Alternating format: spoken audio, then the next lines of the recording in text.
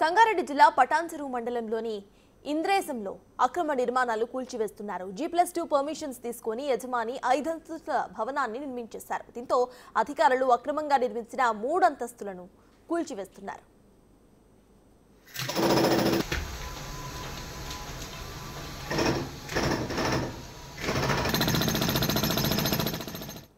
సంగారెడ్డి జిల్లా పటాన్చెరు మండలంలోని ఇందేశ్రంలో ఇటు అక్రమ నిర్మాణాలను కూల్చివేస్తున్నారు అధికారులు. G+2 పర్మిషన్ తీసుకొని 5 ఫ్లోర్ బిల్డింగ్ ని లేపిన ఒక బిల్డింగ్ లో ఎక్కువగా కట్టిన 3 ఫ్లోర్స్ అయితే కూల్చేస్తున్నారు అధికారులు. ప్రెజెంట్ ఆ విజువల్స్ అయితే స్క్రీన్ మీద చూస్తున్నాము. దీంతో అధికారులు అక్రమంగా నిర్మించిన 3 అంతస్తులను కూల్చివేస్తున్నారు. ఇక ఆ తర్వాత అధికారులు ఎటువంటి యాక్షన్ తీసుకోబోతున్నారు అనేది తెలియాలి. మరి ఈ ఒక్క బిల్డింగ్ తోనే ఉంటుందా లేకపోతే ఇంకేమైనా బిల్డింగ్స్ వైపు కూడా వెళ్లే అవకాశాలు ఉన్నాయా అనేది కూడా వేచి చూడాలి.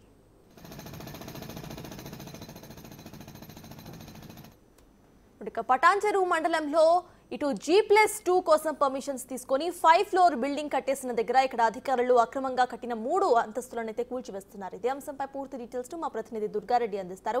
దుర్గారెడ్డి, చెప్పండి, ఇది ఒక్క బిల్డింగ్ ఏనా, ఇంకేమైనా బిల్డింగ్స్ కూడా లిస్ట్ లో ఉన్నాయా? అసలు అప్డేట్స్ ఏంటి? సర్తాజీ, ఇప్పటి వరకు అయితే గత 2014 నుంచి ఇప్పటి వరకు కొన్ని చోట్ల అక్రమ నిర్మాణాలు చేసుకున్నారు. మున్సిపాలిటీ పర్మిషన్ లేవు. మరికొన్ని చోట్ల మాత్రం పర్మిషన్లు తీసుకొని G+2 తీసుకొని G+5 అంతస్తులు కూడా నిర్మాణం చేపట్టారు.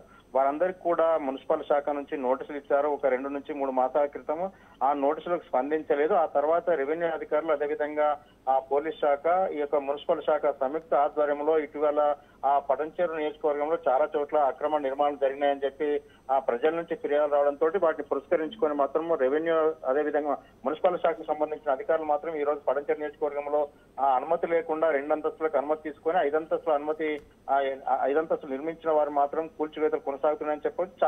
చాలా కూడా ఉన్నాయి. ఇట్లాంటి దాదాపు 8,000 వరకు కూడా అక్రమ నిర్మాణాలు జరిగినట్లుగా మున్సిపల్ శాఖ గుర్తించింది.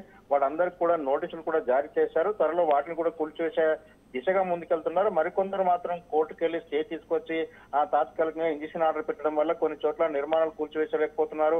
పురపాలక శాఖకు సంబంధించిన అధికారులే కావచ్చు. ఇక్కడ విధంగా చూసినట్లయితే పటాన్చెరు అంటే జిహెచ్ఎంసీ కి పటాన్చెరు హైదరాబాద్ ఆనుకున్నది కనుక చాలా చోట్ల నిర్మాణాలు కూడా అక్కడ అక్రమంగా జరుగుతున్నాయని చెప్పి ప్రజలు ఇచ్చిన ఫిర్యాదును పురస్కరించుకొని కావచ్చు, లేకుంటే రెవెన్యూ మున్సిపల్ శాఖ అధికారులు కూడా అక్కడికి వెళ్తున్నారు. మున్సిపల్ నోటీస్ జారీ చేస్తున్నారు. వాళ్ళు కూల్చివేసుకోవాలి. లేదంటే కూల్చివేసిన ఎప్పుడైతే మనం చూస్తున్నామో ఈ 5 అంతస్తుల భవన నిర్మాణ యజమాని గతంలో నోటీసులు ఇచ్చారు, ఇప్పుడు నోటీసులు ఇచ్చారు.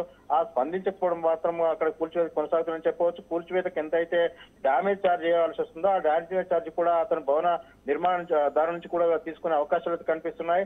ఇక ఎప్పుడైతే జిహెచ్ఎంసీ కావచ్చు, మున్సిపల్ శాఖ అధికారులకు కానీ నోటీసులు ఇచ్చిన తర్వాత సరైన సమయం 15 రోజుల నుంచి 20 రోజుల వరకు స్పందించాలి. దానికి నోటీసుకు స్పందించి అక్కడికి వచ్చి దానికి కూల్చివేత కావచ్చు, అక్రమ నిర్మాణాలకు నోటీసులు అనుసరించిన తర్వాత విధి విధానాలు ఏంటి అసలు ఏంటని చూడాలి. కానీ చాలా చోట్ల కూడా వాళ్ళకి అక్కడ ఉన్న అయితే మున్సిపల్ శాఖ అధికారులు కావచ్చు కనుగప్పి వాళ్ళు నిర్మాణాలు చేస్తున్నారు. గతంలో రాజకీయ నాయకులు ఎంటర్ అయ్యారు కనుక వాటిని అన్నింటినీ కూడా కూల్చివేసే దిశగా మాత్రం పటాన్చెరు నియోజకవర్గంలో మున్సిపల్ శాఖ అధికారులు మాత్రం సమాయత్తమవుతున్నారు. కొన్ని చోట్ల కూల్చివేతలు మాత్రం షురు అయినని చెప్పవచ్చు. సర్తాజ్.